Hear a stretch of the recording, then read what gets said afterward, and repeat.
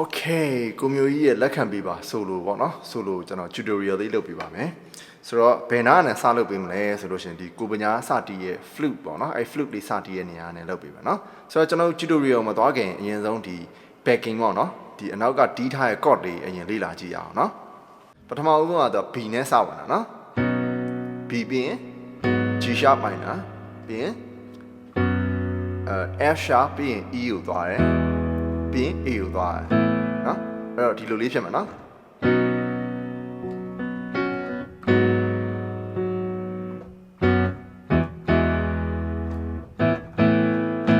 ဟုတ်ပြီနော်အဲ့ဒါပြီးလို့ရှိရင် D ဟုတ်ပြီနော် D ကိုပြောင်းသွားတယ်နော် D major ကိုပြောင်းသွားတယ်ဆိုတော့ D ပြီးရင် B minor ပြီးရင် G major 7နဲ့3ညင်သုံးလို့ရတယ်နော်ပြီးရင် B စာ A ညာဘက်က D ပြီးရင် A ပဲဖြစ်ပါမယ်နော်ပြီးရင် D ကိုပြန်လာမယ်ပြီးရင် B minor ပြီးရင် G major 7ပြီးရင် G flat တို့ရောက်သွားတာနော်ပြီးရင် B ထဲကိုပဲပြောင်းဝင်သွားမယ်ဆိုတော့ B ကိုပဲပြောင်းဝင်သွားမယ်နော်ဒါကသူ့ရဲ့ backing ပေါ့နော် Okay ကျွန်တော်တီးကြည့်ရအောင်နော်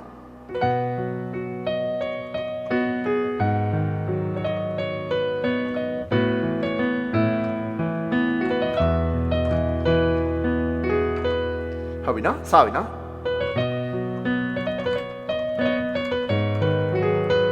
ဟုတ်ပြီဆိုတော့ဒီမှာ तू ကတကယ်တော့ဒါဝဲတီးကြတာဒါပေမဲ့အရှိမနှလုံးဆိုတော့ grace note ပေါ့နော် grace note လေးနှလုံးပါပါတယ်ဆိုတော့တကယ်တော့အဲ့လိုမျိုးဖြစ်ရမှာဒါပေမဲ့ကျွန်တော်တို့ဒီလိုတီးလိုက်ရင် piano မှာကြာတော့တဘာဝမကြောက်ဘူးပေါ့နော်ဆိုတော့ကျွန်တော်ကအဓိကဒါ piano ပေါ်မှာတီးတဲ့ပုံစံကိုပြတာဆိုတော့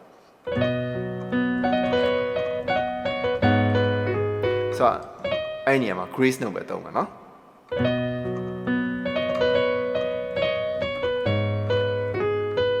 ဆိုတော့ pentatonic တွေပဲနော်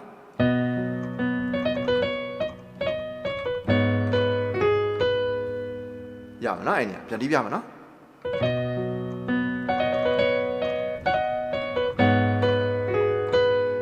ဆိုတော့ဒီနှစ်ခုမတီးနိုင်တယ်ဒီလိုတီးလို့ရတယ်နော်အဲ့နားလေးကနည်းနည်းလေးရှုပ်တယ်လို့လေးရှိရနော်ဆိုတော့ကျွန်တော်နည်းနည်းပြန်ပြီးဖြီးပြမယ်နော်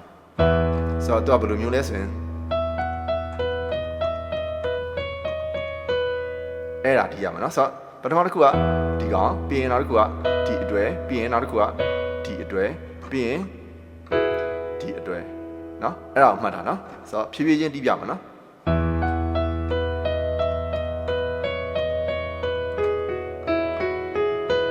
ဒါပဲနော်ပြန်တီးပြမယ်နော်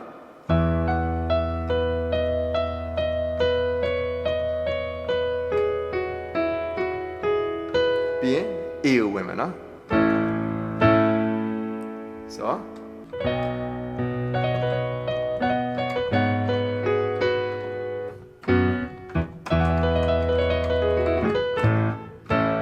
ဟုတ်ပြီနော်ပြီးရင်အဲ့မှာဆရာချဲရဲ့ဆိုလိုလာပြီနော်ဆိုတော့သူကအောက်ကနေပြီးတော့စပြီးတော့ဝင်တာနော်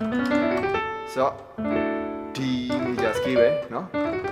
အဲ့ဒါကိုပဲတဝက်ကဖြတ်တည်မယ်เนาะဆိုတော့ mixolydian mode ပေါ့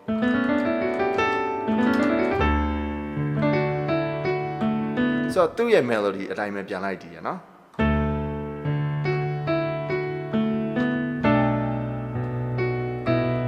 ဟုတ်ပြီအဲ့နေရာမှာ pinch လေးပါတယ်ဆိုတော့ကျွန်တော်အပေါ်ခုံပြီးတည်မယ်เนาะဟုတ်ပြီဒီမှာလဲ grace note လေးပါတယ်เนาะ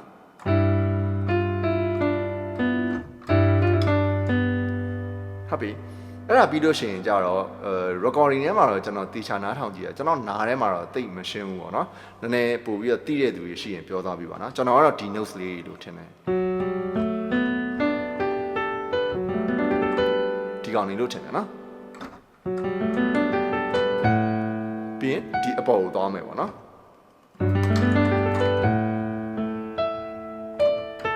ဆိုတော့ရမယ်နော်ဒါဆိုရင်တော့တဝက်ရှိသွားပြီနော်ဟုတ်ပြီနော်အဲ့တဝက်ထီကိုပြန်တီးကြည့်အောင်နော်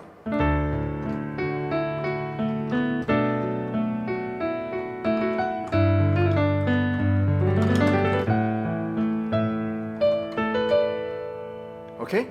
ဆက်သွားမှာနော်ဟုတ်ပြီအဲ့နေရာကြတော့ तू ကဟိုရိုးရိုးနားထောင်ကြည့်လိုက်ရင်တော့9လုံးတွဲလို့ထင်ရတယ်ပေါ့နော်ဒါပေမဲ့အဲ့ကောင်က6လုံးတွဲနော် तू က6လုံးတွဲကိုမှ pentatonic ကိုအခြေခံတယ်ပြီးတော့ तू ကဆိုတော့ဒီမှာ9လုံးတီးလိုက်တယ်နော်ဒါပြီးရင်အပေါ်ကတစ်လုံးကိုပြန်တီးရအဲ့လိုမျိုး तू ကနည်းနည်းလေးလှည့်ထားတာပေါ့နော်လှည့်စားထားတာပေါ့ဒါပေမဲ့အရန်နားထောင်လို့ကောင်းတယ်ပေါ့နော်ဒီ pentatonic တွေဆိုတဲ့အခါကျတော့ကျွန်တော်တွဲချင်းစီကိုပြန်ပြီးတော့ဖြီးပြီးတော့ပြန်ရှင်းပြပေးမယ်နော်ဆိုတော့ပြီးရင်ပထမဦးကဒီ9လုံးပေါ့နော်ဆိုတော့ပြီးရင်ဒီကောင်ကိုပြန်တီးရနော်ဆိုတော့1 2 3 4 5 6ပြီးရင်ဆိုတော့ဒီ9လုံးတွဲပေါ့နော်ပြီးရင်ဆိုတော့ဖြည်းဖြည်းချင်းအနောက်ကိုဖြည်းဖြည်းချင်းဆုတ်သွားတဲ့သဘောပေါ့နော်ပြန်တီးပြမှာနော်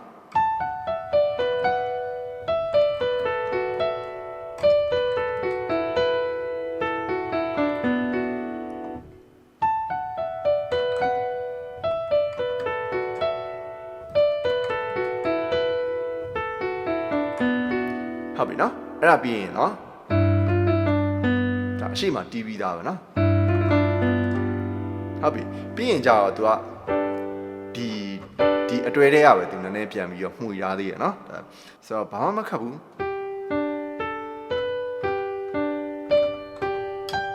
ဒါပဲနော်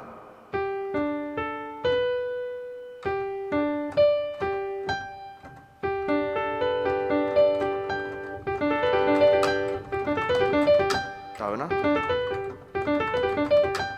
ပြီးရင်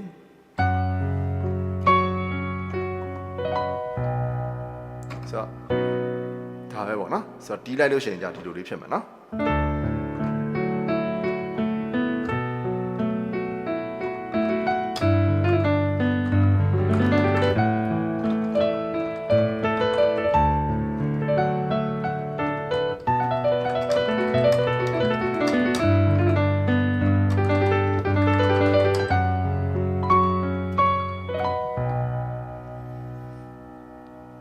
ဆိုတော့ဒါပဲပေါ့နော်